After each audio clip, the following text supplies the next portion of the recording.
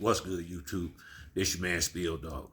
I had made a video earlier about Floyd Mayweather, and I don't think I did it right. I left out too much to leave it like this, so we're gonna do it again. And once again, like I say, the reason why Floyd is top dog because he fought the top dogs.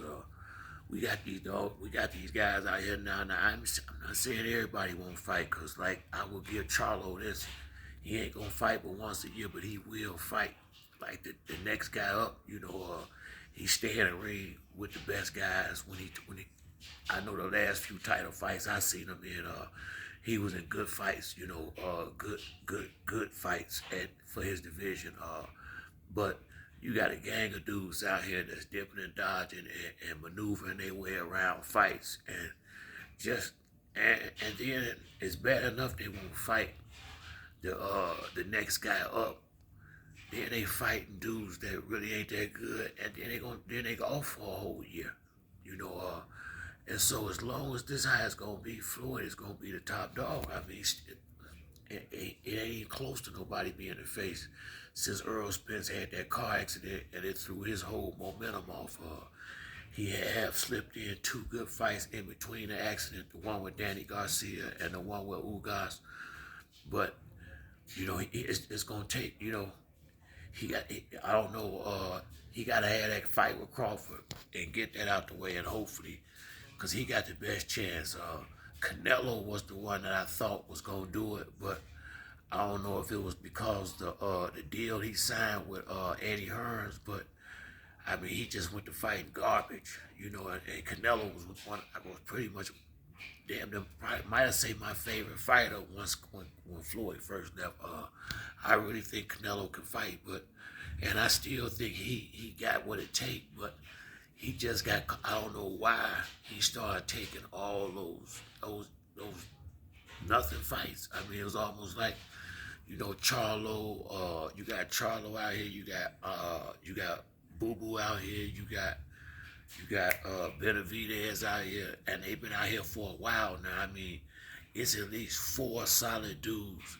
Canelo has not even really gave serious consideration, like fighting Triple G for, everything he do is about money and the easiest fights for the biggest money.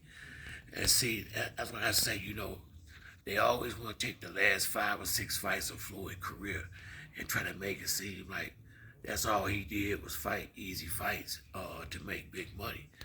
I'm gonna go down the list right this time. Floyd, after he beat that Diego Corrales, who was 33-0 now, knocking everything in the division out at 130 pounds, if I'm not mistaken. Floyd fought, I think what his name was, Carlos Hernandez, and broke his hand in like the 11th round or something. He won the fight, but that's when he stopped punching hard because people got to remember they stopped the fight with Corrales. Floyd knocked that boy down, I maybe 4 or 5 times before they finally stopped it. And he completely ruined that boy. That boy was never the same after he fought with Floyd. Rest in peace. Then he fought Castillo at 135, which was a tough fight to take the title from him. Once he beat him, he went up to 140. He took one soft touch, which was this dude named Burles or something like that. Then he fought what was it? Sean Bay Mitchell and Arturo Gatti. Boom, move up to welterweight. Fought Zab Judah. Fought Zab Judah. Fought Oscar he fought Oscar De La Hoya. Fought Zab Judah. No, he fought Zab first. Then he took another easy fight with Baltimore. Then he fought Oscar De La Hoya, Ricky Hatton. That's when he claimed he was going to retire after he beat Ricky Hatton, who was 43-0, knocking everybody out at the time. Came back, fought Juan Marquez, fought Sugar Shane Lewis, he fought Victor Ortiz, fought Miguel Cotto. All these fights is back to back to back to back. These A-listers, Miguel Cotto, Shane Mosley, Ricky Hatton, Marquez, Oscar De La Hoya, every single one of them going in the Hall of Fame. Every single one. And he fought them one after the other. Tell me who's doing that right now. Tell me who's doing anything close to that right now. Then he fought. I think he took a soft touch with Guerrero, who was still 31-1. After that, he fights Canelo, who was 42-0 now. 42-0. Dominate him. And then his last two fights, he beat Maidana twice and beat Andre Berto, who both of them guys was champions. Let's see. Oscar was the champion. Ricky Hatton was a champion. Marquez was a champion. Shane Mosley was a champion. Cotto was a champion. Canelo was a champion. Berto was a champion. Guerrero was a champion. Zab was a champion. Charbet was a champion. Gotti was a champion. Corrales was a champion. Castillo was a champion. Dude, do you understand? Chicanillo Hernandez was a champion. Angel Manfredi. Do you? And I ain't saying all of them still. Do you see how many champions this boy beat? And he never lost a fight. These is all champions now. And that's why it is disrespectful for somebody like Keith Thurman to beat Sean Porter and beat Danny Garcia and then holler about he was trying to hold Errol Spence back to be his Manny Pacquiao. You ain't got number 2 title defenses. Dude, what the hell are you talking about? So, man, these guys got to realize Floyd put in some real work against real fighters. Straight up.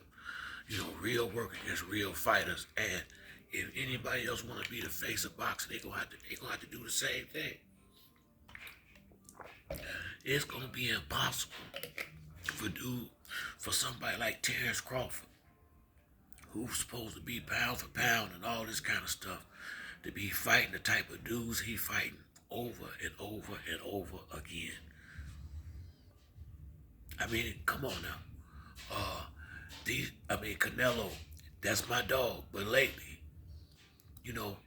I think that's why he lost to Bivol, because he stepped down the level of competition. And when he got in there with another real fighter, he had been fighting these easy touches, and I think it threw him off a little bit. He, took him off his game. If they fight again, I like Canelo. Because I think he gonna have his mind somewhat right now, and fight twice a year like he used to. This is why these dudes be getting in the ring a lot of times and the fight don't get good to the 4th or 5th round. Cause really cats is rusty. Real talk. So as long as we gonna have these dudes like this, I respect Devin Haney. I like to fight with Lomachenko, but he a lot bigger than Lomachenko. It's kind of late in the game, but I like to fight. Lomachenko is solid, respectable championship A-level competition. This ain't no soft touch, and he can lose if he don't go in there right. So I gotta respect Devin for taking this fight. He taking we got a few good fights coming up right now. I think who is it? We got Devin in a good fight. I don't know. Let me see. I think it's one Tank and Ryan Garcia. I like that fight a lot. That's a good one. It looked like it's getting a little better, but after they had a fight, when they gonna get back in the ring? See what I'm saying? So as long as this is how they gonna fight, and as long as they gonna act like this, Floyd gonna stay top dog from where I'm sitting at.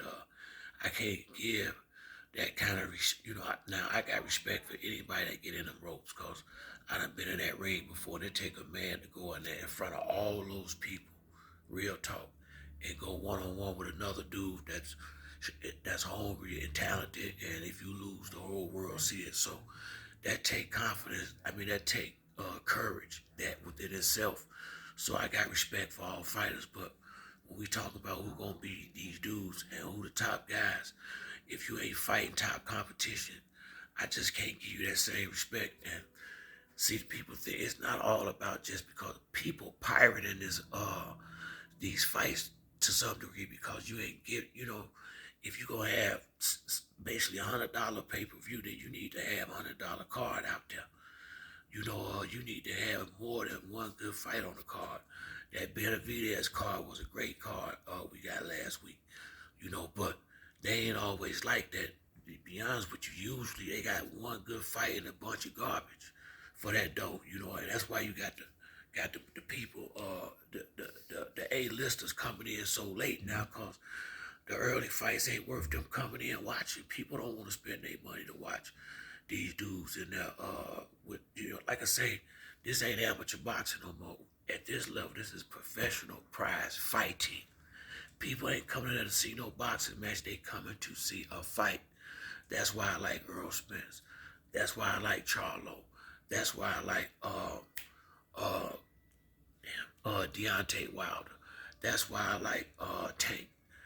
I like dudes that's coming in to get the job done, and if they can't get you the hell up out of there, I'm not really looking for nobody to go ahead like playing an amateur game, trying to tap, tap, tap, and outpoint dudes because they don't have the grace and finesse that Floyd had with it.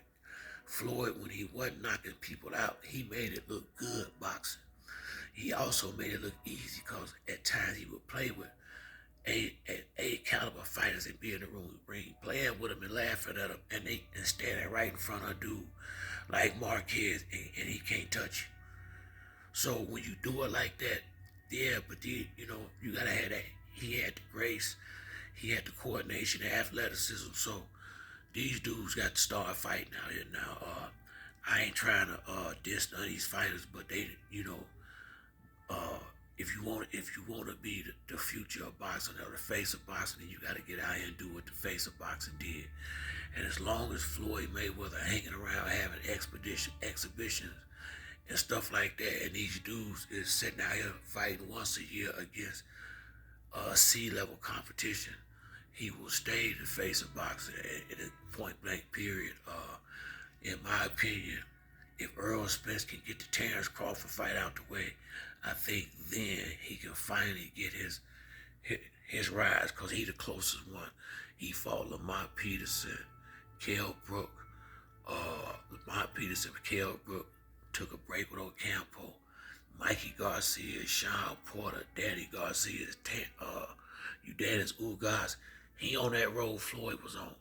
Earl is that guy that can do it if he can stop with the little incidents outside the ring. He is the closest one to having a resume and the talent to go up and dominate at 154 and 160 as well. So hopefully Spence, whoever he fight this summer, hopefully that's the beginning of him getting back on point. Spence was fighting 2-3 times a year before all this stuff happened. So I truly think if he can get this Crawford fight out the way or out or off his mind, whichever one, that's when he can get his rise going. But until then, I don't see nobody getting past Floyd. No time soon. As far as being the face of boxing, unless Errol Spence get real busy the next year or two. But that's it for me on this video. And another thing, these guys gotta understand. You know, you gotta have a resume with the experience, the name, whatever. You gotta have them fights on your resume. And if you're not gonna fight them fights, you're not gonna never be that guy. But that's it for me on this video. Like the video, hit the like, subscribe. Till next time, it's your boy Spill Dog. I'm out.